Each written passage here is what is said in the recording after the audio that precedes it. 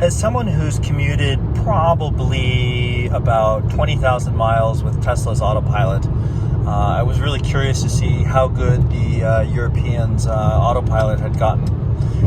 And I'm sad to report it's friggin' awful. It's really bad. Tesla's Autopilot is certainly not autopilot. It's assisted cruise control with lane keeping, but it does a decent job of taking a lot of the stress out of commute. And to be fair, the Mercedes system, the stop and go assist, anything under 40 miles an hour works surprisingly well. I'd say that it works at least as well as the Tesla system when you're going under 40 miles an hour. Well, the problem is that when you're going over 40 miles an hour, it doesn't work nearly as well. It ping-pongs between different lanes. It doesn't have enough authority to turn the wheel, so even on regular freeway turns, not even entering and exiting, just regular turns in the freeway, it'll occasionally just decide, I'm done. I don't feel like doing autopilot anymore, and will beep at you and steer you straight toward the wall or straight into another lane where there's other cars. So definitely not the best system for taking stress off.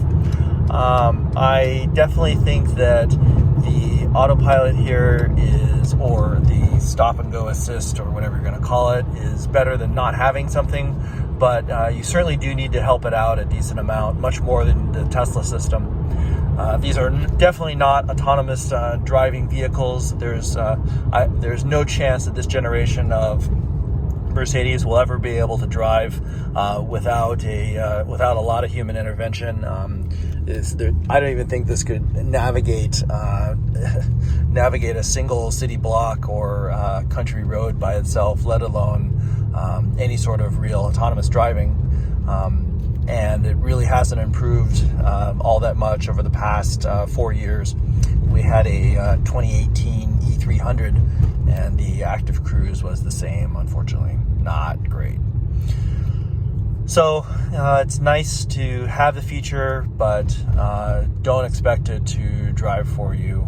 Certainly don't expect to be able to be hands-free driving and doing other things while the car commutes for you. That's just not the way these systems work. The way the Mercedes system works is that you use the controls on the steering wheel to activate it, like most cars. There are 4 buttons and then the slider that you use to control it. So you have this section on the spoke. First, turn the system on. See the little icon come up on the dash, and then to activate it, you do like you do any cruise control system, either set a speed or hit resume or start, and that will lock the speed on. It also activates the lane keeping and the active cruise control, which is a bit odd. It doesn't give much indication that the active cruise is on or that the lane keeping is on. It just starts steering for you, which can be a little disconcerting. You adjust the speed with the slider in the middle.